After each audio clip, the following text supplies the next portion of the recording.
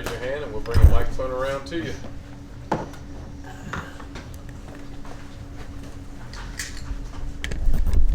Chaz, how's your hamstring over there? I'm all good. In this part of camp, there's going to be bumps and bruises, but, we're trying to be physical, be tough, and also be smart at the same time to where we're healthy coming game day.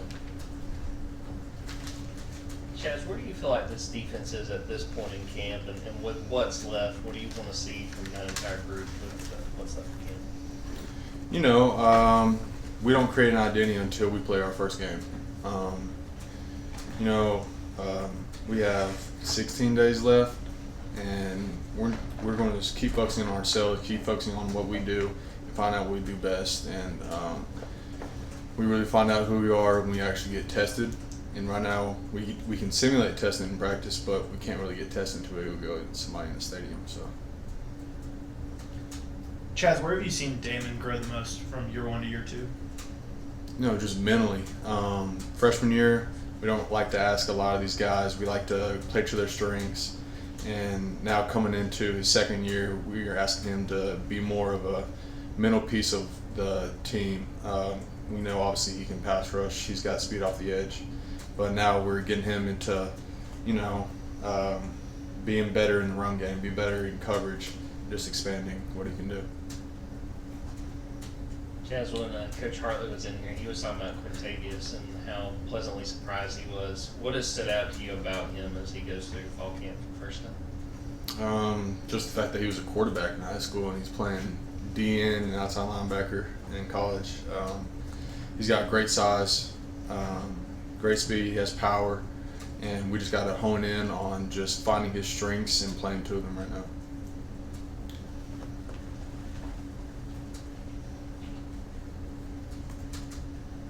I guess technically you guys started class, so you're transitioning out of camp. Though Kirby said camp doesn't really end until the scrimmage this weekend. But I just wonder, have you guys yet started to focus on Clemson? Obviously, that's a big opener, and they're just down the road. I'm sure you know a lot of guys on that team.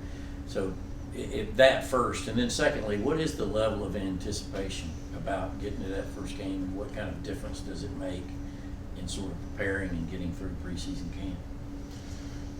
We like to focus on ourselves at this part of the season. We don't start preparing for Clemson really until the week of, but right now we're going against the best offense in the nation. We're getting better every single day and trying to simulate what we need to work on, find our strengths, trying to find our weaknesses and work on that, working up into game week prep. And at this time, it's just all about the little inches. We talked about it today. All the inches add up to a win. We're just trying to win every single play in the little individual moments. It's often said that the second scrimmage is the most important one. Why do you think that's the case, and what do you think that you guys as a defense need to improve going into this Saturday? We always say that because we want to see growth from the first scrimmage to the second scrimmage.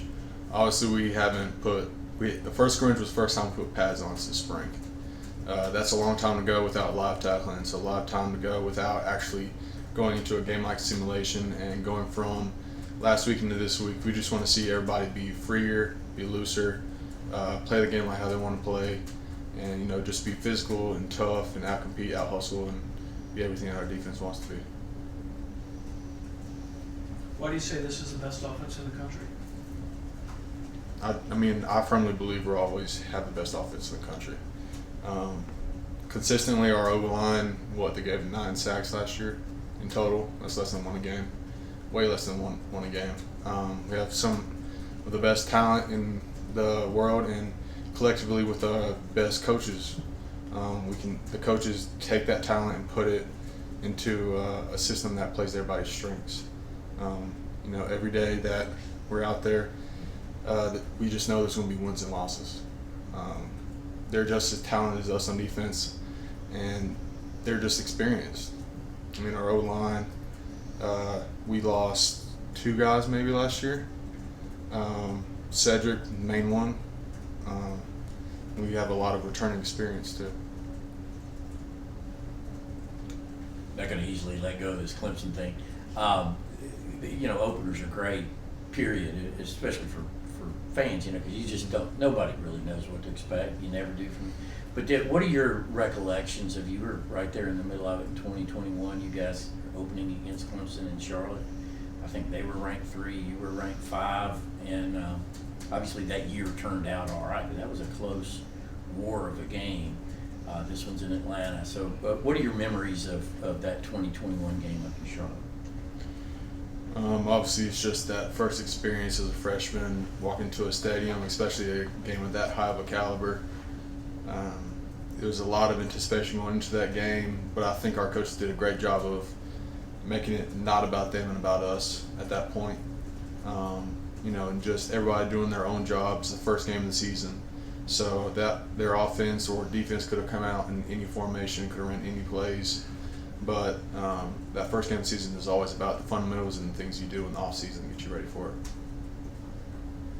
Chaz, when Coach Smart talked to us on Tuesday, he talked about wanting to see more energy and enthusiasm coming out of that first scrimmage. What's it look like in practice this week? You feel like you guys have sort of answered that call from Coach Smart?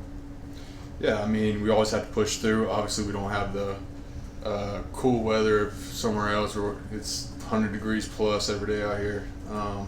But it's just getting our condition level up to where we can be higher energy. And it's also up to the leaders on defense and offense to keep the guys up, keep their heads up, let them know that there's going to be times that we're down and up, and just trying to keep that energy level up is the main thing. Chaz, I was going to follow up with that in terms of, you know, being a leader. You said you have to keep that energy up, maybe create that sense of urgency. What are some ways that you do that, and do you take that upon yourself now, I guess, at this stage of your career? I know the coaches have referred to you as a leader. Yeah, you know, it's all about figuring out what each player needs. You know, in the offseason, we get to know every single person, what their why is, their story. And most guys don't react to criticism the same way. You know, one of my guys could mess up, and one of them I might need to get on them, tell them that they need to do this, this, and this. Another one I need to be caring. I need to let them know that the next play he can make it better. He can make up for it. It's all about knowing who your players are and who your teammates are at this time, and just not trying to beat a, I don't know how to say it, beat a nail. I mean, obviously he's going to get coached hard by the coaches. He's going to get yelled at by the coaches, but us as teammates, we got to have each other's backs, because obviously it's hot out there. It's going on 2 weeks straight of practice. People's bodies hurts, but it's just knowing each other and going through it. You going to be a coach, you think, Chad? I mean, that sounded a lot like a coach up there. Is that something you consider doing after your career? I don't know yet. More question for Chaz? All right, Chaz, thank you. Thanks, Chaz.